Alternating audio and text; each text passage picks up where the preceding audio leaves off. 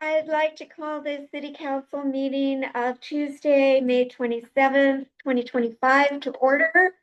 Would you all please stand and remove your hats for the Pledge of Allegiance? I pledge allegiance to the flag States of America and to the republic which it stands, one nation under God, indivisible, with liberty and justice for all.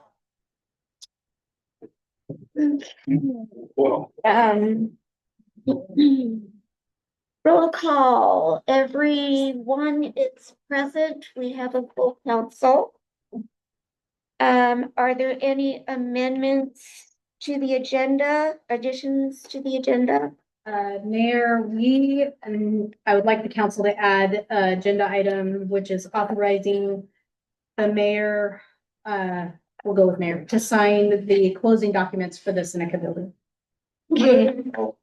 We'll put that as, Oh, and the finance report, since Rob has been so kind to stay. oh, okay. Financial report. Well, we'll do the financial report as number 6. No, as number 7, I'm sorry, which would move everything up so Rob can get out of here. And then we will put yours. It can be right at the end. Yeah, we'll do that as number 11. Okay. So do I have a motion to approve the agenda as amended? I'd like to make a motion that we approve the agenda as consent agenda as amended. Second. Motion by Ron, seconded by Brad. All those in favor? Aye. Unanimous. Okay, public comment. Public comments are an opportunity to present information or speak on an issue that is not on the agenda. Comments are limited to 3 minutes per person. Visitors may state their comments and should not expect council to engage in back and forth dialogue regarding the comment. Council may either choose to add it to a follow-up meeting or direct the city manager to follow up with the speaker. Do I have any public comments? Anybody online? There being none, we'll close that. Move on to the consent agenda. All matters listed in the consent agenda have been distributed to every member of the city council for reading and study, are considered routine and will be enacted by one of the council. If separate discussion is desired, that item may be removed from the consent agenda and placed on the regular agenda by request. We have the AP through 5/19/25, the minutes of the city council meeting from 4/22 of 25, and the minutes of the finance workshop meeting on 4/22/25. Do I have a motion to accept the consent agenda?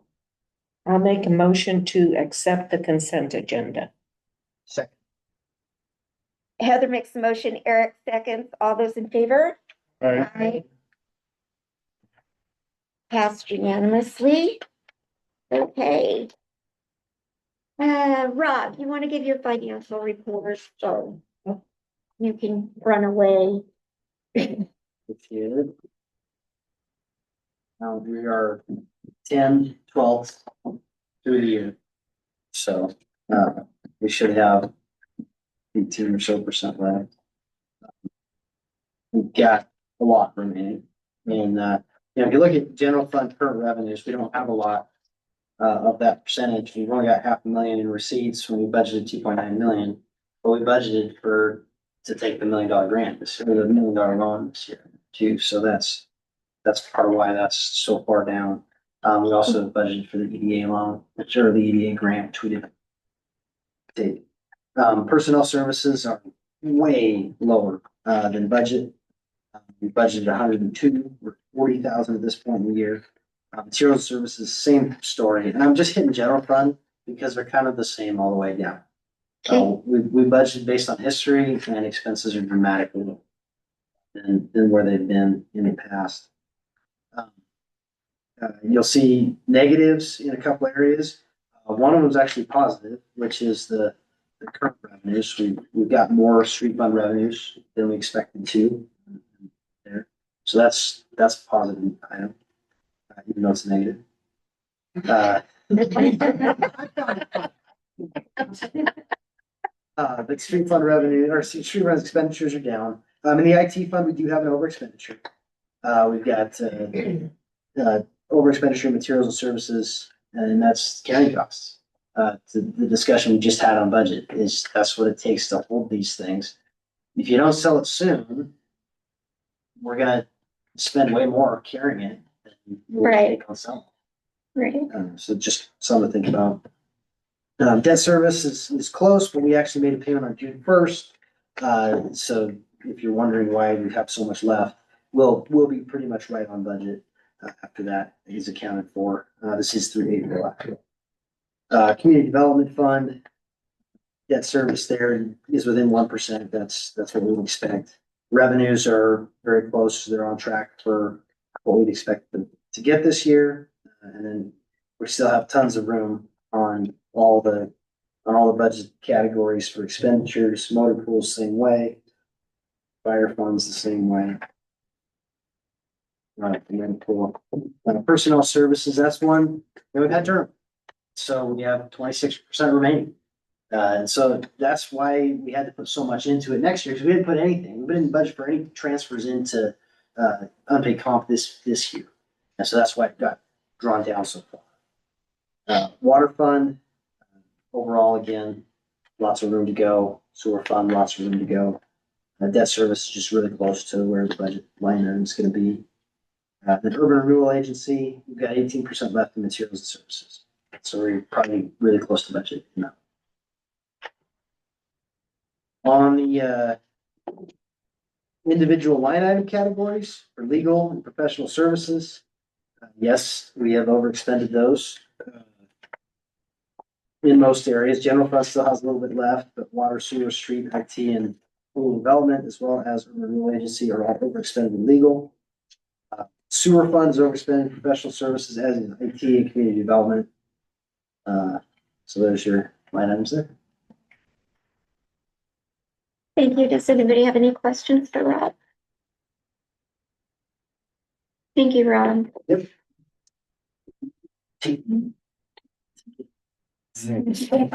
Bye.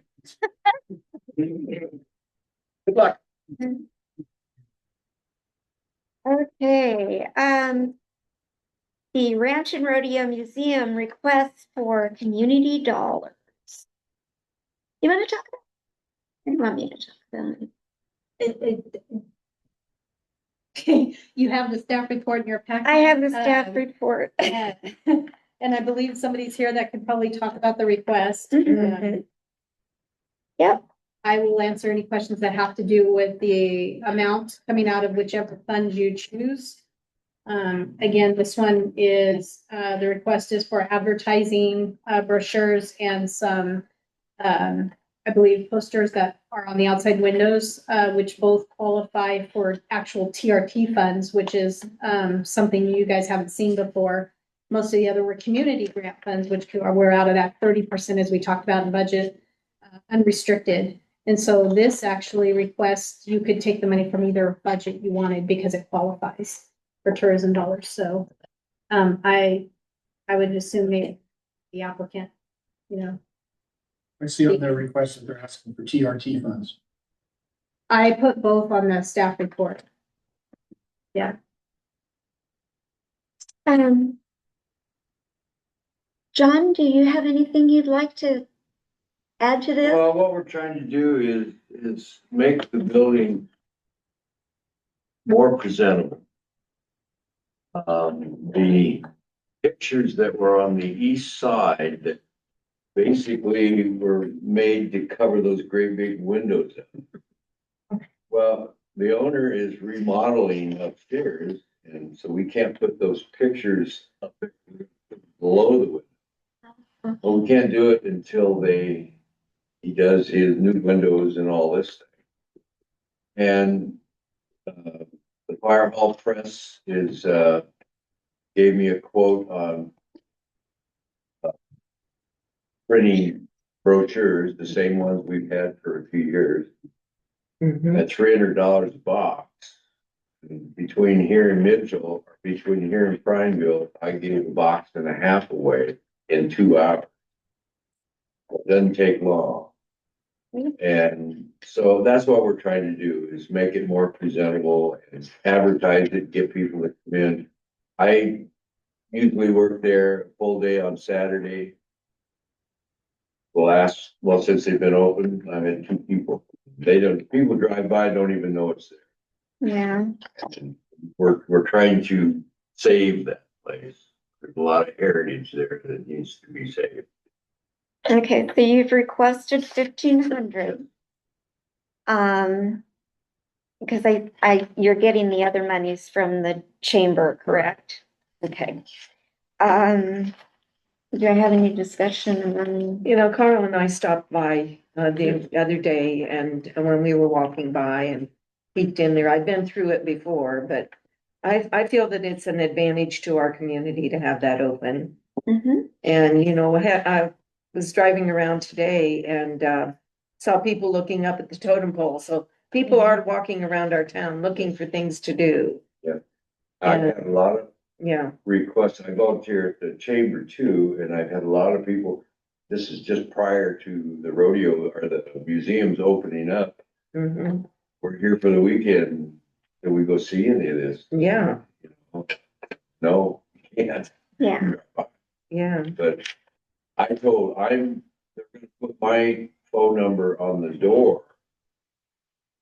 After hours.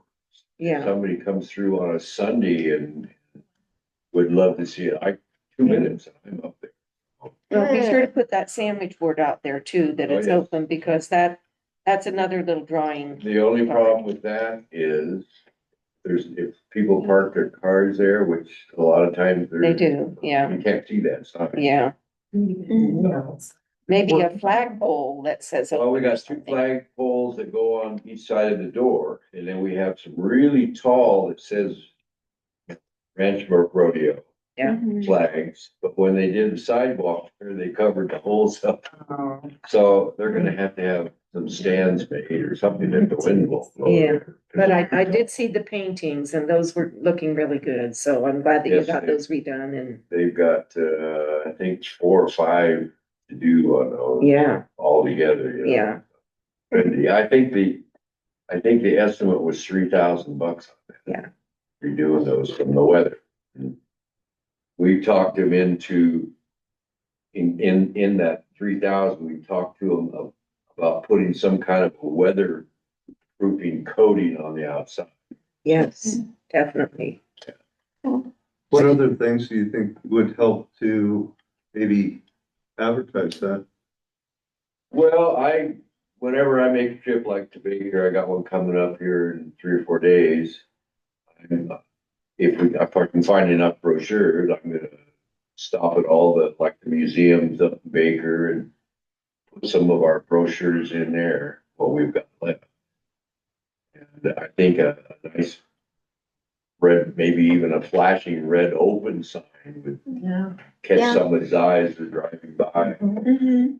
Yeah, one of the- Basically, I think a lot of it's word of mouth. And Yeah. I mean, I run into people that lived here a long time, and you go, where is it? They don't know. Yeah, You know, to me, it just looks like an old concrete building. And, you know, they've got some little things here and there, but they need more. Yeah. okay. One lady told me that we ought to fix it up where people would want to come in. Well, Well, we can only do so much with a building we don't own. We can't, right now, there isn't much we can do paint wise or anything like that until they get the remodeling done on the apartments upstairs. okay. We're talking about having, I think he's talked to you, Howard's talked to you about playing some music there. Maybe Yep. a barbecue or something, hot dogs or whatever, and fundraiser. That'd Well, be nice. Good. I'm all for that. I raised the money for the Fox Church, Yep, restoring that. And I'm all for it. I am too. And the advertising is the secret. Yes. People don't come if they don't know. Totally agree. Unfortunately, Ken Watchung is only open 3 days a week, and Well, when I worked there, we told him, hey, there's 2 museums more, 3 museums more. We always sent them down, mhm. and they really appreciated that. So thank you for sending us there. So, Yeah, a person that comes to a museum, they're anxious to go to another one. right.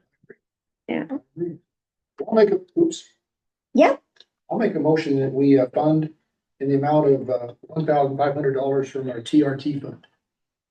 Second. Got a motion by Chris, a second by Eric. Any Ranch more- Rodeo Museum, sorry. Okay, thank you. Any further discussion from the chief, from the board? Who's second? Sorry. I did. Okay, then I'll call for the question. All those in favor? I, Unanimous. Good job, John.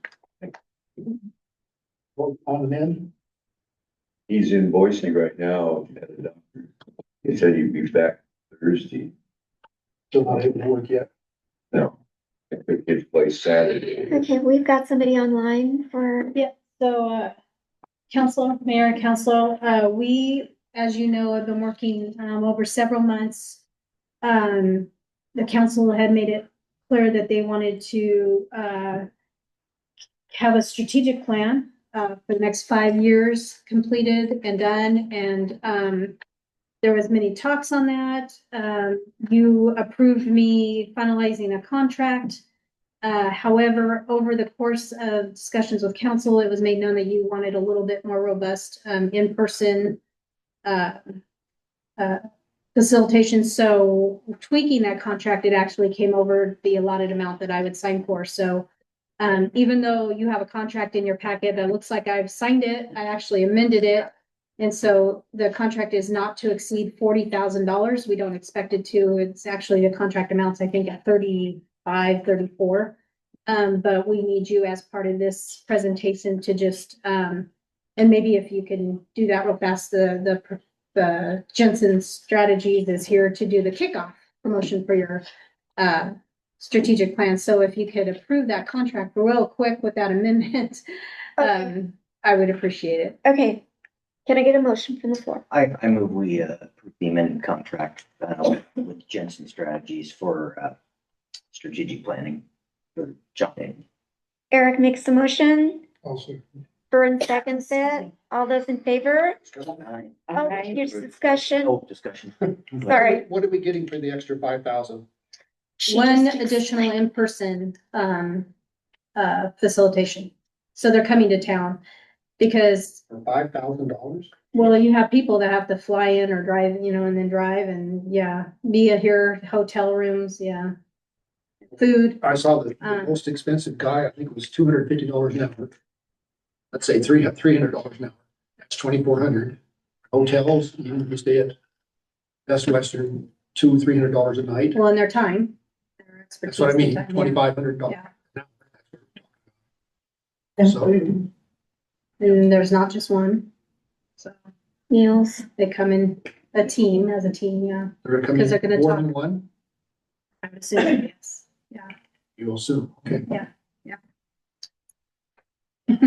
They're here to present, so I'm sure you can, they'll Ask answer. him a question. Didn't this have to do also with, the survey? Yeah. They're gonna facilitate that also, Mhm. Instead of a Survey Monkey, they're gonna use. and they've gotta compile that They back at changed their home, so that's probably the extent of the 5,000. Okay, I've got a motion, I've got a second. Any more discussion? Okay, all those in favor? Aye. Aye. Opposed? No, One opposed. The rest are in favor. Okay. So, you want to So with introduce? that, I'll introduce Amelia and Eric. They're here from Jensen Strategies to do your kickoff. And she is going to share her screen, I'm sure. Can you make them bigger? Well, I'm gonna try here, but she's gonna share a screen with a presentation. she So is, you can okay. see. And do I have to give you permission, Amelia? How's that? I say it looks like I have permission. Once You're we're ready for that. So just give me the cue when you're ready. We're ready. Well, excellent. Well, thank you so much for having us virtually tonight, Council. We're looking forward to being in person as well. As Melissa introduced us, my name is Amelia Wallace. I'm a senior associate with Jensen Strategies, and I've coerced our fearless leader, our principal and founder, Eric Jensen, to join me for our presentation tonight. We look forward to discussing our preliminary proposal that we put, our contract that we put together for you, and all of the additional conversation and decisions that we still have yet to make. So with that, I will go ahead and we'll do our troubleshooting to get our screen set up and sized correctly. So if you'll bear with me a moment. How does that look on your end? That's fine. Can Looks everybody fine. see it? Get bigger. Yeah, This end. I think you're dual on there. Yeah. I can see it. You can't see it. Chris, do you want Oh, to yeah, be I can see it. closer? Yeah. Oh, okay. You're good. Thank you. Usually takes up the whole screen. Well, she's got a dual, so I think, so you can see her. We're good. Yeah, you're Okay. fine, Amelia. Excellent. Well, I will get started. So as I mentioned, we're excited to meet you virtually. We've been beginning discussions about this project for many weeks now, many months at this point, actually. So it's exciting to be at this stage now. As you know, I've been over that time having a number of conversations with your city manager to learn more about your city, your community, and most centrally, how you as a council are wanting to steer the city to move forward, what you're specifically hoping to achieve via a strategic plan or other kind of planning process. We're going to talk about that a little bit. And importantly, related to that last question, how we can best support you on that journey to facilitate a meaningful and tangible investment and outcome as a result of this work and this investment in your community's future. So, with that, just a little bit about us to kick us off. So we've been working since 2012, serving clients in the Northwest. I won't go into a lot of detail here, but what I want to communicate is that, we provide a variety of service, primarily for government organizations in the Pacific Northwest, local and state, districts, nonprofits, of course, but community visioning, particularly as well as strategic plannings, were seminal parts of Eric's professional accomplishments before founding the firm, and something we specialize in and frankly have a real passion for on our team, I'd say. I also want to note that the bulk of our work is with cities who are a lot like you. We work primarily with cities that are 2,000 to 25,000 in population, and truly enjoy the unique opportunities that come, opportunities and challenges that can come working in a small town, often rural environment. So here's the team. We are a small but mighty group. You can trust that when you're communicating with us, you're probably going to get one of us. These are our core team folks. I've already introduced myself. We're planning to have myself serve as the project manager with oversight and strategic support from Eric, as I mentioned, our principal and founder. We also anticipate having support from our senior consultant team. We do intend on having 2 folks down when we come to work with you all, because it's important to have the right staffing on hand and support. We look forward to introducing them later in the project. And then, of course, I want to introduce Emily Reeder, our operations manager. She's our glue, making sure that we have our logistics together and are able to be efficient. Of course, we have more information about our backgrounds and our bios that we provided at the outset of this process. Happy to answer any questions. And I will offer, if Eric wants to add anything in before I move on, he can chime in. You did a nice job covering Perfect. All right. So just a couple last things about our firm and really how we approach this work. So as you can see, our role in this process is to provide the framework and the process so organizations can plan, develop, and implement tangible policy and direction. We really focus on outcomes that are specific to the organization we're working with needs. We have the benefit of specializing in this work, working with a variety of community through a variety of processes to see best practices. But ultimately, we have to operate as a team because we know that no city is exactly alike. We are here to provide the professional expertise, the framework and the process that I mentioned, but we rely on you to speak for John Day, its needs, its hopes, and how you want to serve your community's best interest going into the future. I also just briefly will call out, as you can see in our core values, as this will come up in other areas, that it is also a priority of our firm to work inclusively and objectively.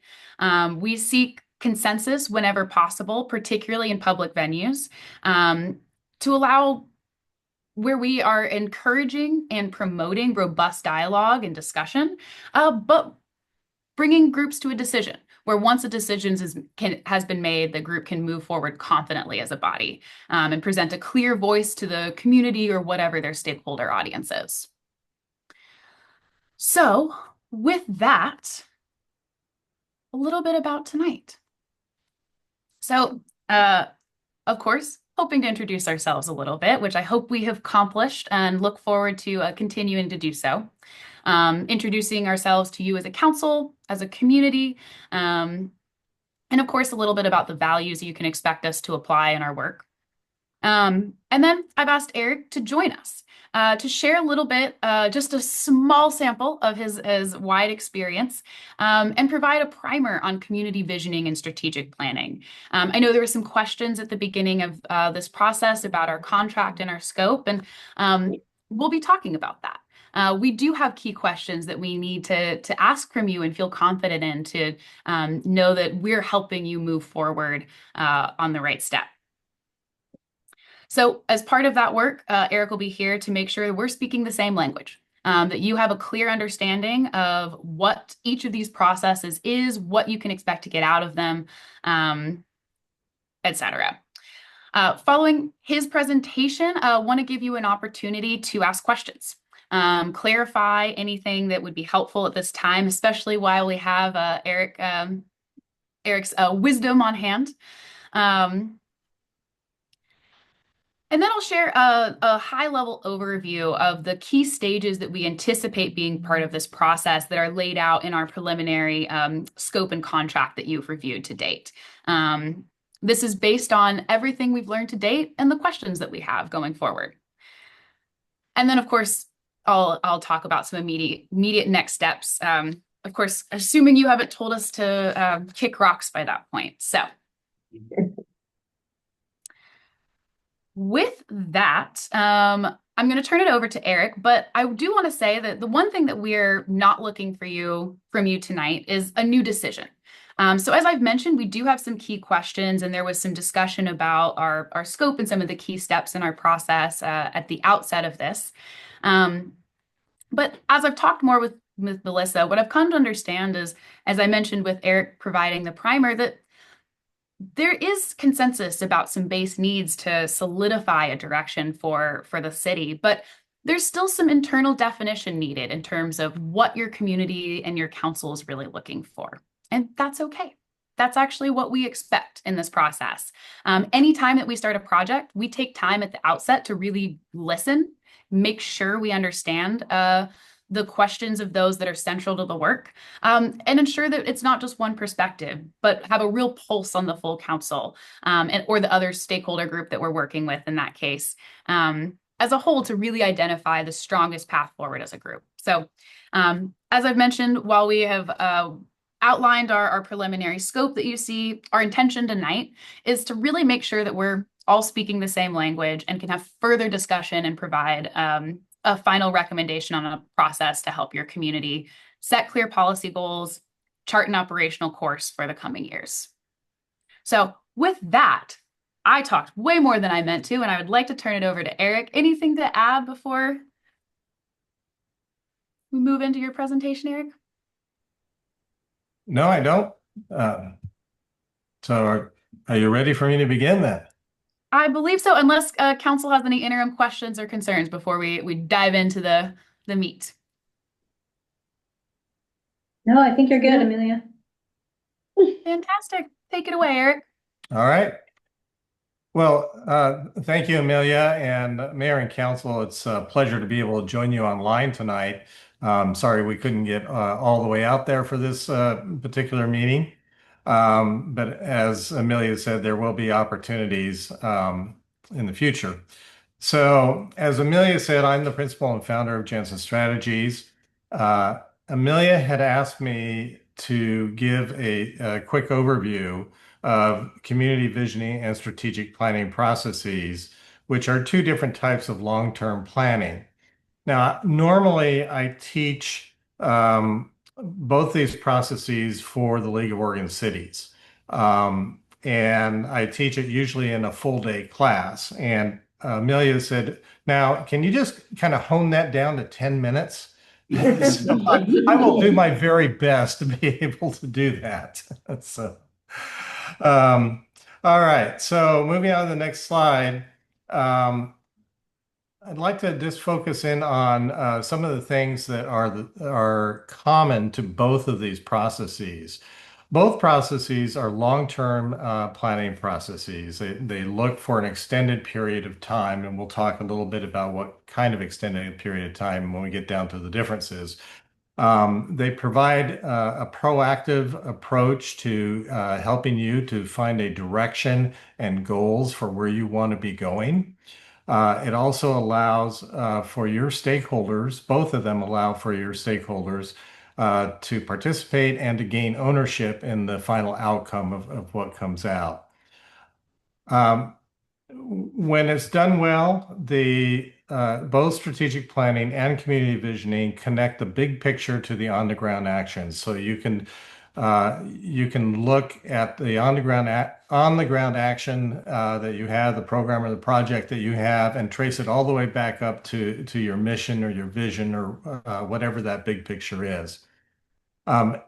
These plans are not legally binding, but they do serve as a policy and operational decision-making guide for council and for staff moving forward. Moving on to community visioning specifically, just the next slide there. So community visioning really is about finding out what your community would like your city to look and feel like within a designated period of time. There's a high level of public involvement with that because you need to get the input from your community to be able to build that vision. And it creates also an opportunity to think a little bit more out of the box in terms of let's think about what could be, not what can we do right now. So if we move on to the next slide, we have strategic planning. Strategic planning is focused more on your organization. It shapes and guides what your organization or your city government in your case, what it is, what it does, and why it does it. So the focus of these two planning processes are very different in that respect. When we go to the next slide. So both of these processes ask the same questions at the beginning, but the products that come out of these questions are different. So generically speaking, the first thing you're doing is you're asking, where are we now? Let's do an environmental scan. Let's figure out what's our status right now.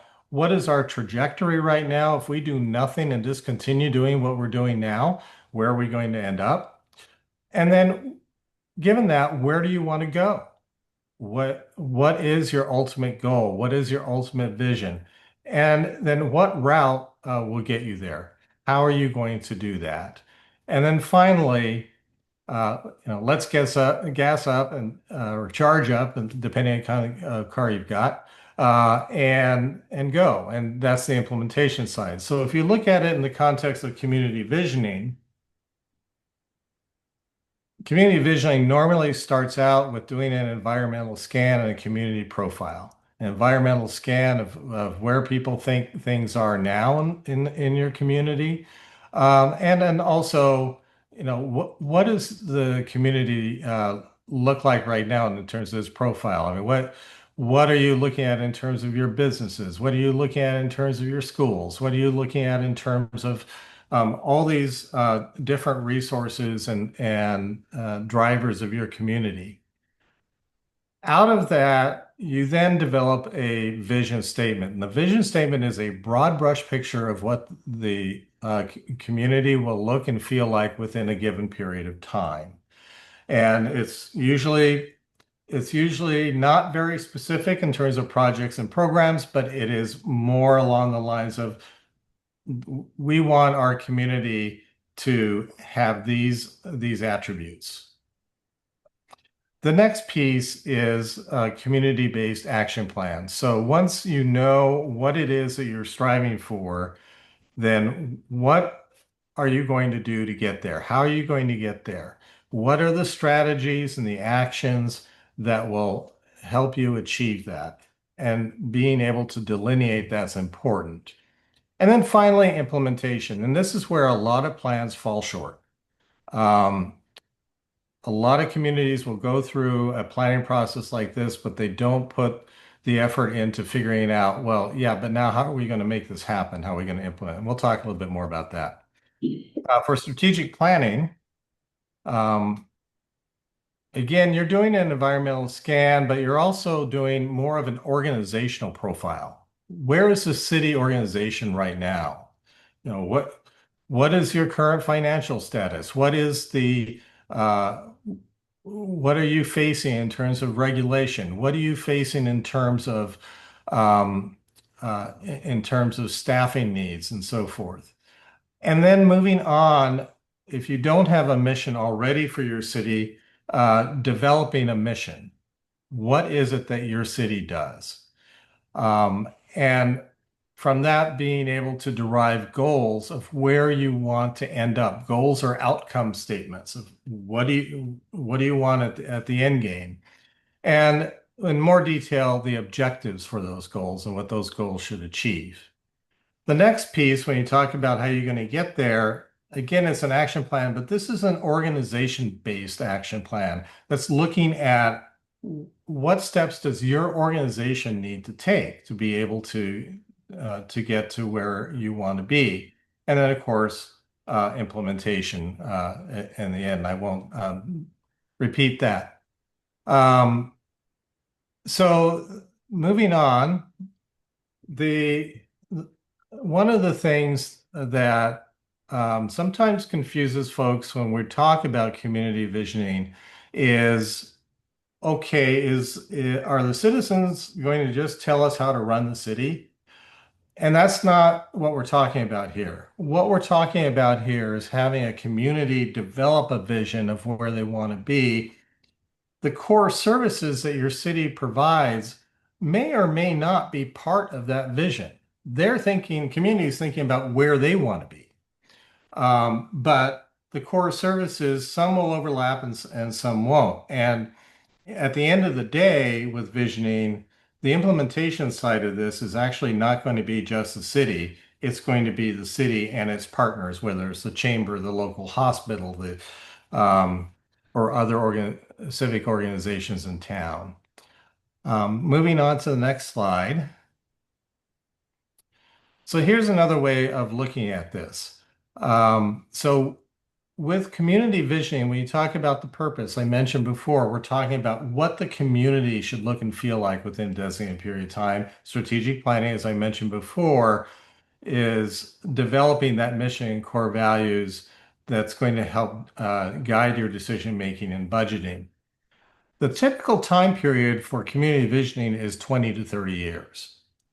The typical time period for strategic planning is 5 years or less.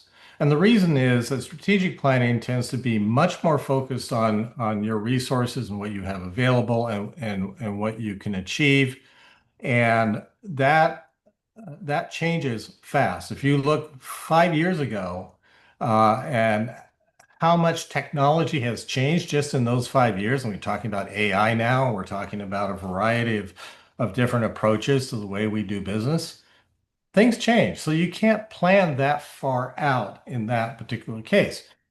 In terms of the stakeholders that are involved, we have the same set of stakeholders in both, but the degree to which they are involved varies. So in the case of visioning, the community has a very high level of participation in that. And then you have your key external interests. And what I mean by that is, who are your big employers in town? Who are your big drivers in terms of organizations that are helping to move you forward as a community and as a city? And then you have, of course, yourselves, elected officials and appointed officials, and then staff. And everybody has input at different levels at appropriate time during the course, but there's a high degree of engagement. With regard to strategic planning, community and the key external customers, this is why this is in italics, they do have a role up front in helping you to figure out, okay, where are we now? What are people thinking about the city and where the city's going as an organization? Where do they want what is the community satisfaction level? Same with the key external customers, you engage them as well. But more when you get to the planning stage, you start focusing more internal with the elected officials, appointed officials, and staff that are involved. And then with the action planning, as I mentioned before, in a community visioning plan, we have a variety of organizations that are helping to implement it. It is a community effort to make that vision happen. And so you'll see in a community visioning action plan, the city will have a role in implementing parts of it, but so will the chamber. So will your local hospitals. So will other organizations. In the case of strategic planning, that action plan is much more inwardly focused. And at that point, it becomes more operational in terms of, okay, we know where we want to go. Now let's talk about what do your departments need to do to be able to get there, and what are those actions that need to happen. Let's go to the next one. So here's another way of looking at these two processes in terms of engagement. So the check marks reflect that those stakeholders have a very strong level and frequent level of involvement in the process. The P means it's periodic, that you're checking in or asking at certain points along the way. And then the I, there's only one I there, stands for indirect, which means it's more informational in terms of what's being shared. So with community visioning, you have two primary products. And so just to acquaint you with this matrix, on the far left-hand column, you have the list of stakeholders that I talked about earlier. Then you have the next two columns over, community visioning, and the two products that come from that.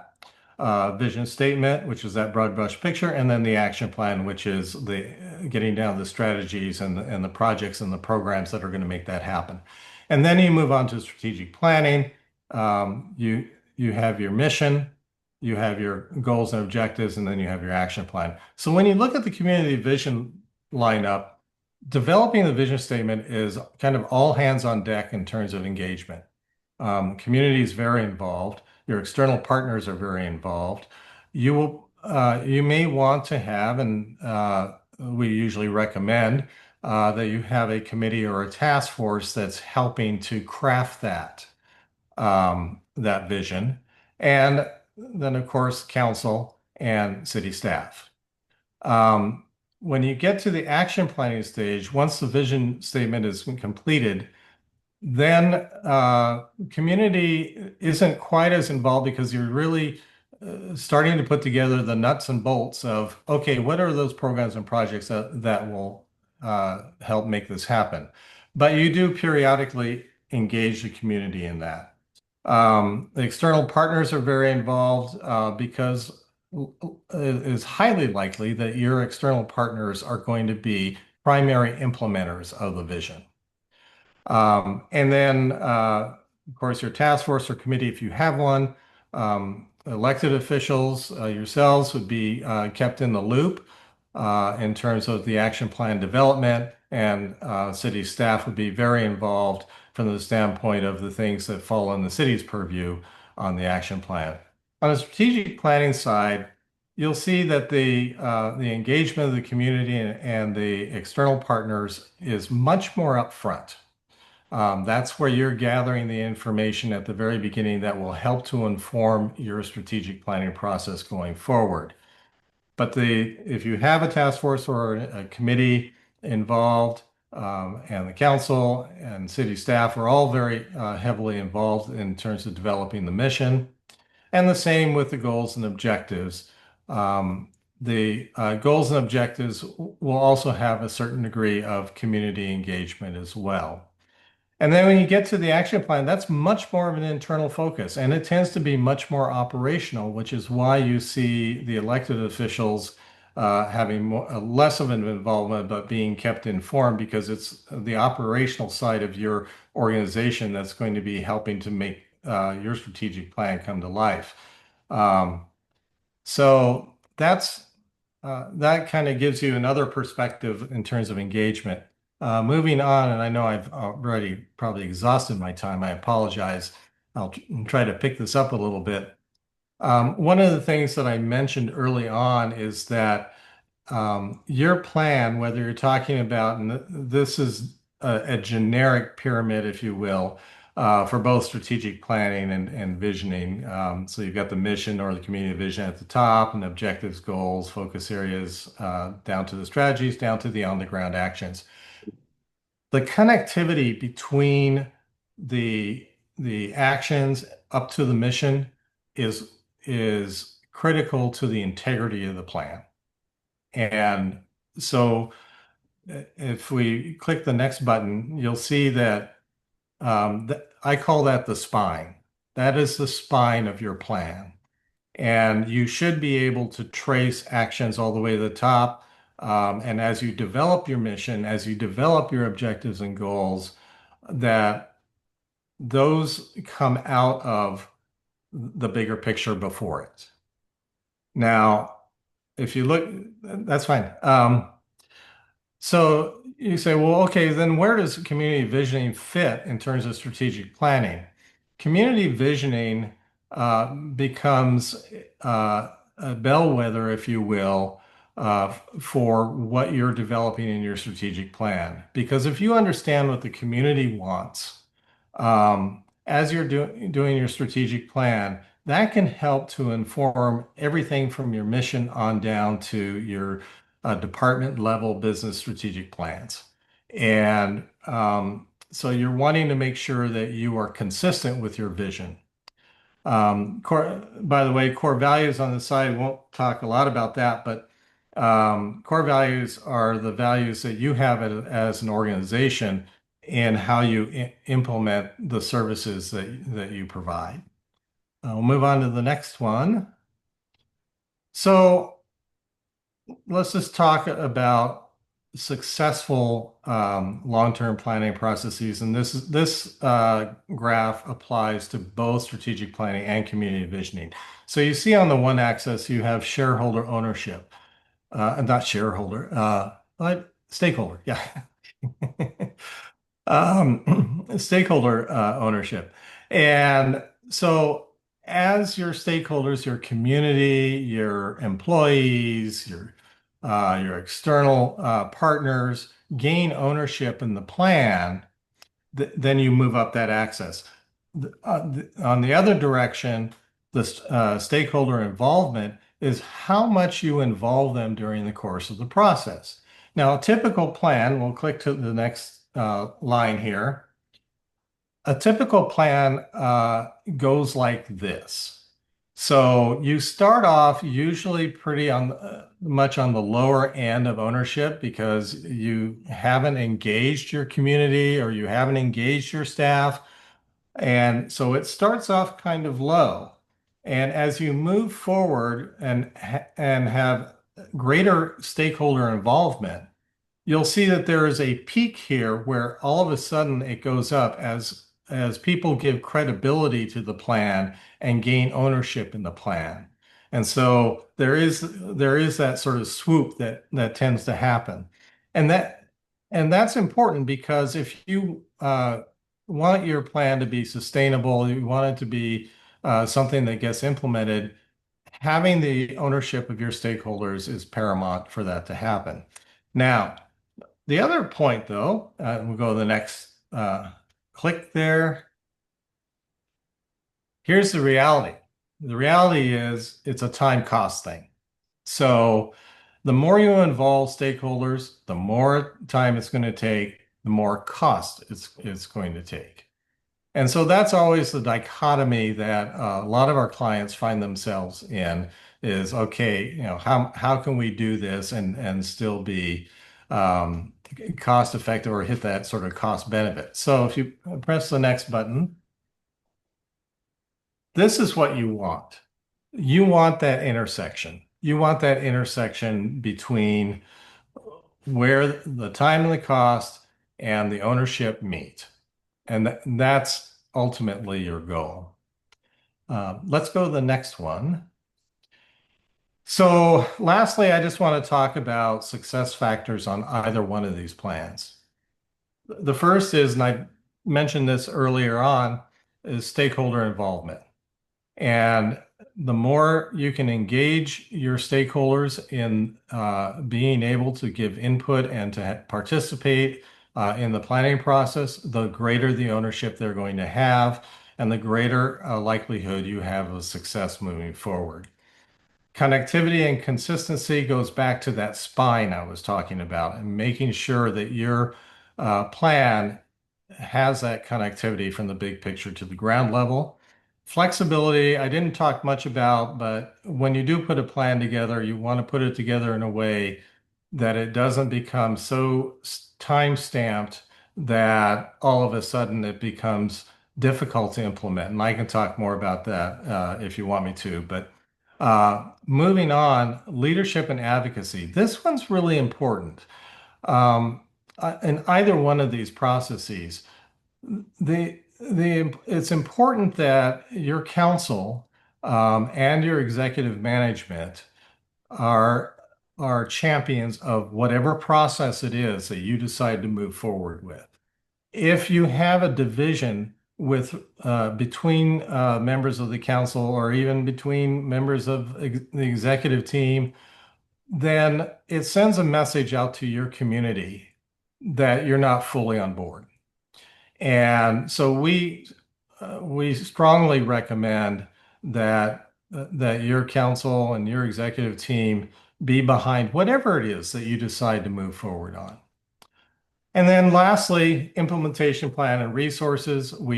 I talked about that a little bit ago. This is where a lot of plans fall short. Think about the implementation before the plan is adopted, because otherwise it's going to sit there and gather dust. It needs to have some type of process and accountability and resources to be able to move it forward. And having that implementation plan in place prior to your plan's adoption is very important for that reason. So I think that was my last slide. Yes. So if you have questions, I'm happy to answer. Yes, thank you so much, Eric. I would love to hear any kind of conceptual questions that the council has. As you heard from Eric, we've heard some kind of clear goals from the council as far as strategic planning and other objectives, but there are a number of different products and ways to involve key stakeholders and find that right level and structure, which depends really on your outcomes and goals. So I'd like to pause and give an opportunity to ask kind of conceptual questions about each of these two processes before we talk about how it might look in John Day.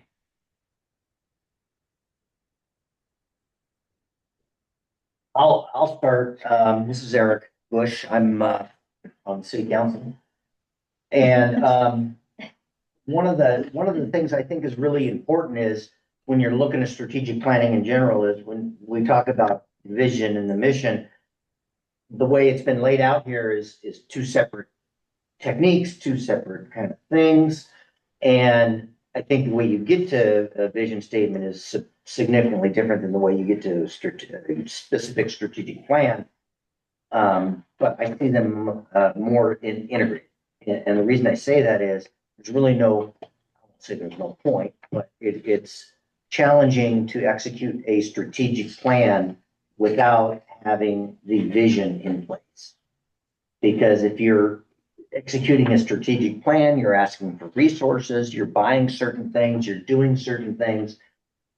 And for what? Because you haven't done that last piece. You haven't done that vision and that mission. This is where we want to go, and this is how we're going to do it. And every single dollar you spend and you apply to that bottom rung, that operational level, should be able to be tied all the way up to that vision, up that spine, if you will. And so that was my only observation. I mean, this is good stuff, and I'm an admitted strategy geek, so I talk a lot about this stuff. But I think that this is a great investment. It seems very academic, I think, on the surface, but if you think about this in the context of putting together a budget annually and thinking, okay, where does this money need to go to and how do we need to apply it? You can look at what you've done here and the answers come much easier. And it's much more transparent to the public as well, where you're going with your plan. So your money, their money. Thank you, Counselor. Reminded me there was one other point that I wanted to make, and that is your return on investment with regard to these processes. Engaging your community or your stakeholders in the process and gaining their ownership will translate to dividends later. It will translate to dividends from the community in terms of the credibility of moving forward with a plan, but also with your staff. And so you get those dividends, but you also get dividends in terms of your decision-making processes, because instead of rehashing the same issues over and over again, oftentimes your strategic plan or even community vision can help move that forward because you already know what you want to do.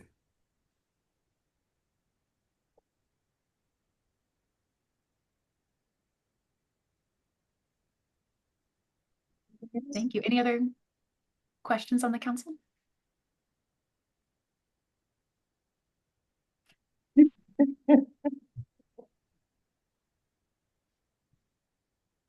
You did just get a full day's class in 20 minutes. So Eric, it sounds like you really covered it. Yeah, actually, you saved the fee that you would have paid to the League of Oregon Cities. So.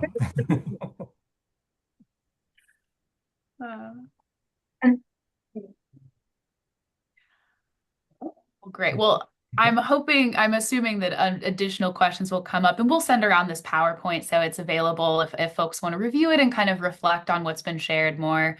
But in our next step, so what I'm going to do next is talk a little bit about the high level overview that you'll see in our proposal and what questions we'll be asking you in interviews to really clarify and make sure that we're giving you the right tool, not just what you asked for, but what you really are saying that you need to be successful. So any last questions before I move on? All right. Sorry, my little advance doesn't work, so each time I have to move the mouse over to hit my next slide. So I apologize. There we go. All right. So moving forward, as I mentioned,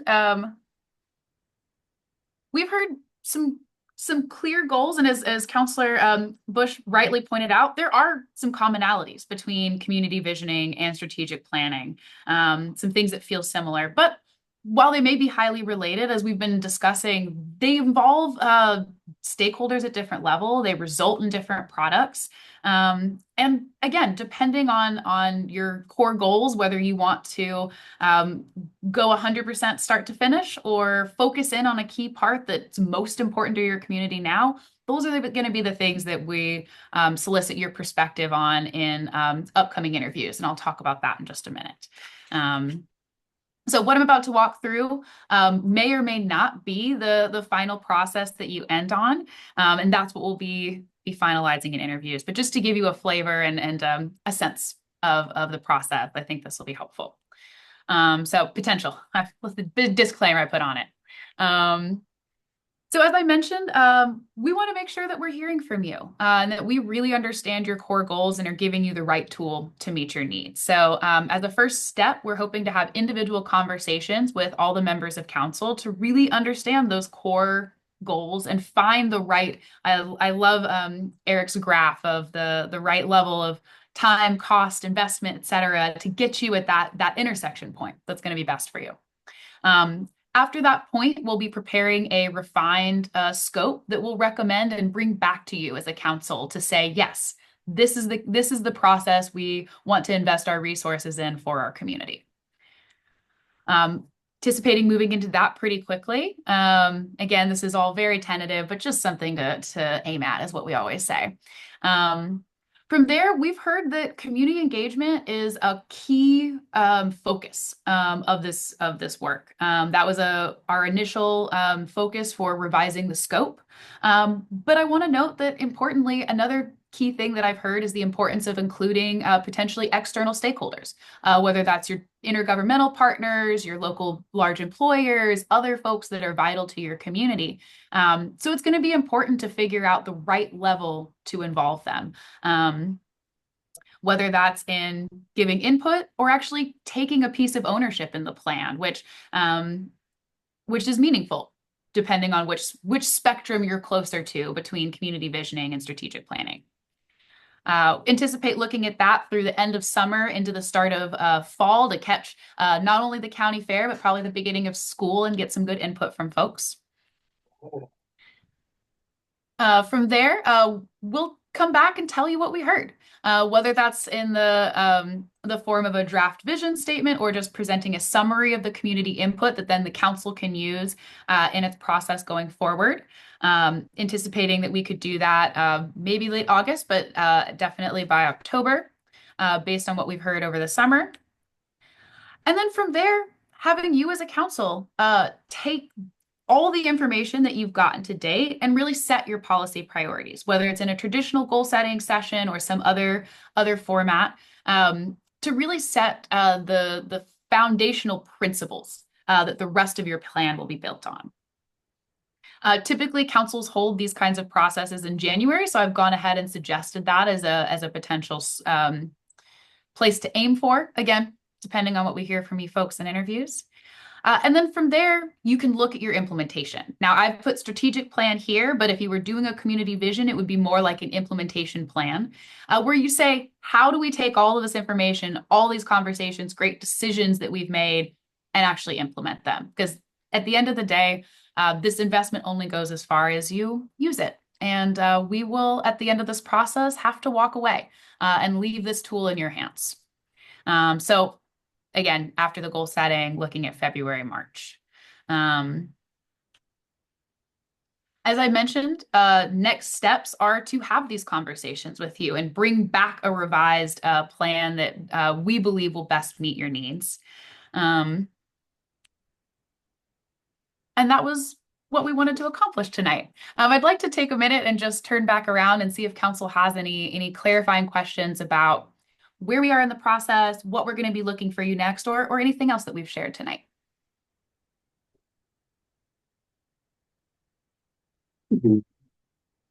Be straightforward. Yeah. We love to hear that.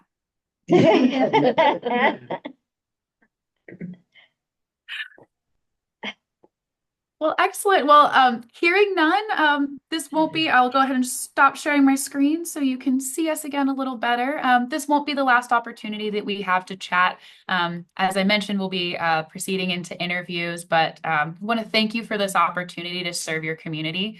It's been a pleasure getting to learn about you all so far, and I'm only looking forward to visiting and the rest of the knowledge I'll get of your great citizens and town. Eric, did you have anything to add before we close out? I don't. It's been a pleasure meeting with you folks tonight. Thank you. Thank Thank you very much. you. Yes, thank you. Thank you. Fantastic. Thank you.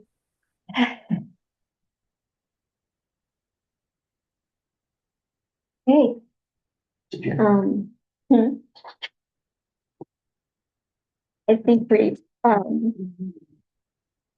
We have the, and just follow up, Mayor, today we'll probably be getting in contact with you all. We'll probably be on the same process when you did your goal setting. They'll be contacting you and let you know how that works out.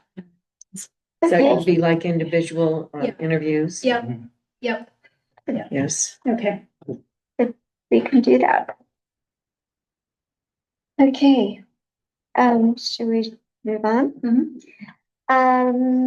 At the last council meeting, there was discussion about, we said we discussed regarding the naming of the John Day City Fire Hall. I don't see Jim Spell here who is asking that question, but we said we'd discuss it, so let's discuss it. I just wanted to get anybody's input on how they feel about it, whether they feel it necessary, not necessary, it, any feedback? I mean, I've been talking to the public a little bit, asking the question. But I'd like to hear from the rest of you. Does it have a name now? It's the John Day City Fire Hall. Yeah. I see no reason to change that. Because that is the core use of this whole facility. Okay, I'm a little bit agnostic about it, although I will say that, in my view, John Day and this community in general has a strong affiliation with history, its own history. And, a lot of times you can tie that history, and those legacies to, people that came before us. And, because, people ask the question, we named a building that the county owns, it never had a name, we named it. We named it the MP Berry building. And well, who's MP Berry? Well, MP Berry was the first sheriff in Grant County. And so it was a way to do that. I'm not suggesting we need to do that here, but I'm suggesting that it certainly is worthy of consideration. So. I was just thinking that, I like the name, the John Day City Fire Hall. But what about the meeting room? To name that after someone else? Mm-hmm. Yeah. That would give somebody some credit there. The meeting room could be, I know they do that in some places. Well, as far as I'm concerned, I like just the John Day Volunteer Fire Department. That sign out there, I was instrumental in saving that off of the old fire hall. And we got it restored and we got it put up. And to me, that's a history. knew the person that painted it. Originally. And this is primarily for fire training, fire related. I mean, I'm sure there are a lot of people that have contributed to this fire department, That's what I over was the just thinking years. too. To Single out. single out just one person is really hard. Yeah. It's really hard. I would agree with you. This fire department would not be here without our volunteers. Right. Mhm. I And think that every one of them Tom is Sutton, just as important. Your dad, Yeah, my dad was fire chief I for know. 25 years. so was Tom, not for 25 years. But, Yeah, Mhm. no. I really have a problem with naming it after a specific person. I Okay. do too. I think John Day. What does Well- the sign say out there? Volunteer fire department? That's it. Gary White painted that Oh, did he? original sign. He used to do a lot of painting signs here. Why fix something that's not written? Sounds like we had a consensus. Agree. I think, it sounds like we've got a consensus just to not to, move forward on that any. Okay. All right. Do we need to, What? do we need to vote or anything? Don't know that we need to vote on it. Discussion resolution. Yeah, I think it was a discussion and we've discussed it. Okay. So let's move on to, the signature. Yeah, so Mayor, we need just a quick motion to approve you signing the closing documents to close for the Seneca building with the sales rally. Because it was never specified. Okay, I'll entertain a motion. I move that we authorize, the mayor to sign the closing documents for the Seneca, Barnes, Road property. For the sale. Okay, I'll second that. okay, Eric makes the motion. What's his name? Ron. Yeah, seconds what- it. All those in favor? Uh, Aye. Unanimous. Okay. City manager comment. Thank you all. It's been a long night. I know, stacking these meetings is hard on you. And I appreciate your time, and diligence. We will talk soon about, summer, what we're doing. You do have an executive session on June 3rd. Please make note of that. We're gonna have it 5:30 here. I don't expect it will take long, but, if you could all be there, that'd be great. We'll post the agenda here soon, with the executive session on it, and that will be your only agenda item for that night, because your meeting will then be on June 10th. Thank you all for the budget. That's a long meeting. I know it's been, every year, like I said, I'll say it again, we try to add and try to make it more comprehensive, so you get, enough that you need to get your answers. You can still come to my office and ask me questions, or email me and we will try to get you answers. We want you to be informed. We want you to feel comfortable, with the budget. We've been doing a lot of lobbying, but I will let the mayor, have that one, and so I will be quiet now. Okay, we have been doing a lot of lobbying. As you know, I was able to do a virtual testimony a few weeks ago, and a couple of weeks ago, Melissa and I traveled to Salem for an in-person testimony, which was very interesting because after traveling for 5 hours, it was announced at the beginning of the meeting that if you have previously testified, you will not be allowed to testify today because we have too many people. That did not sit well with me again. It didn't when they didn't let Nick Ducati testify.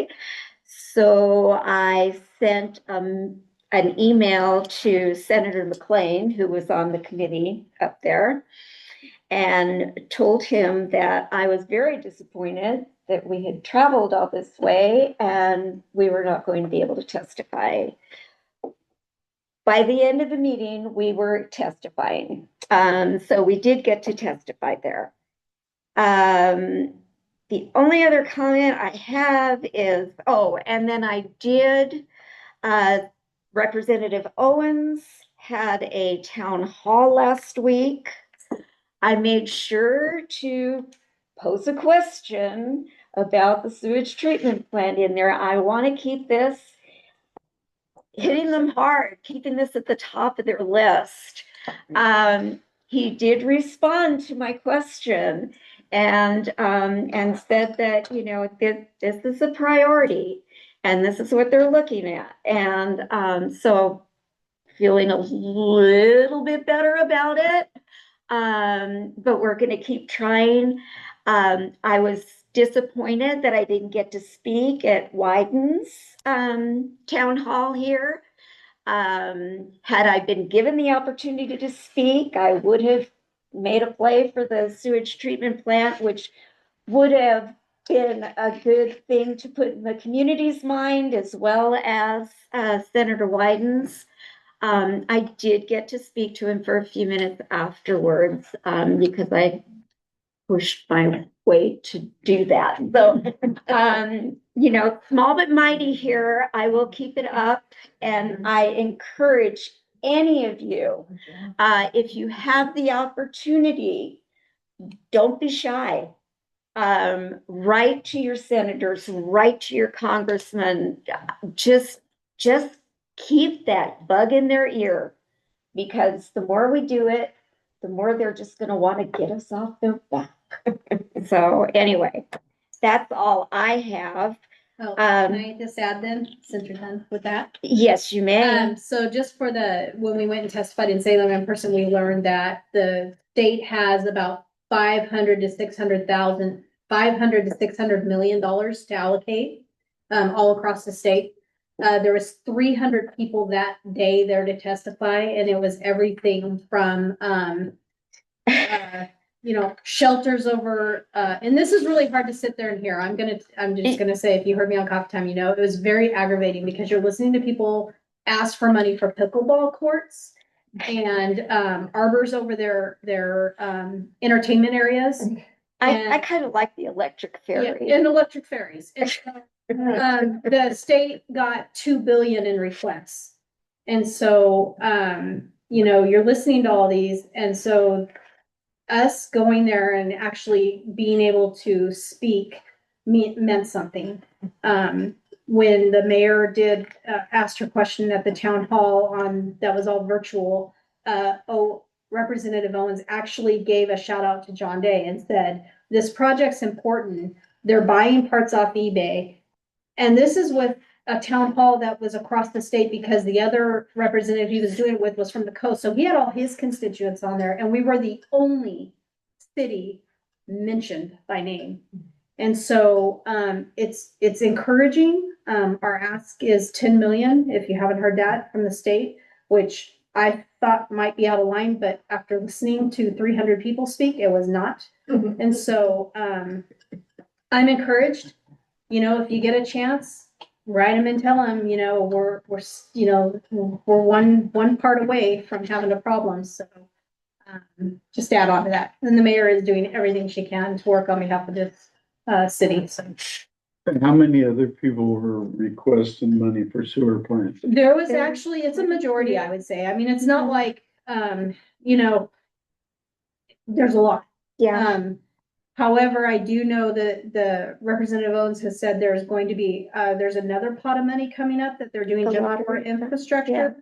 So, you know, Well, they're keep trying following to up make on sure that. that people get what they need, but, you know, when you have a pickleball court up there and the Oh, chairman of, important. well, it's in the chairman of the committee's district. Yeah. So, you know, Well, you gotta, you gotta use the ferry to gotta, get there. Yeah, you gotta use Yeah. the ferry to get there, yeah. Anyway, I'm encouraged. I think we're getting great feedback from all our representatives, all of them, the state and feds. And so, just, you know, keep on keeping on. We did have a chance to meet with McLean and Owens. I had scheduled a meeting before the session. So we did get a private meeting with them beforehand. We were fortunate that Senator McLean just happened to be in the office at the same time. So we got a twofer. And that worked out well. They gave us some good information, so keeping our fingers crossed. Our next, city council budget adoption meeting is June 24th. Our next regular meeting is June 10th. And you heard there's an executive session on the 3rd. So Yeah. with that, Do they? if there's anybody else, yes. Would you feel, to give an update on what we've talked about with the artwork that's supposed to go in? Not at this time. Okay. I just have something to add on. Is that all you have, Brad? I didn't want to cut you. Okay. I did send Mike McLean a note and thanked him for getting you on the podium, and I told him how much it was appreciated, and he responded back, said he really appreciated the feedback, so. Yeah. It's little things like that. that just- Mhm. Yeah. Yeah. Okay, is there anything else? Well, with that,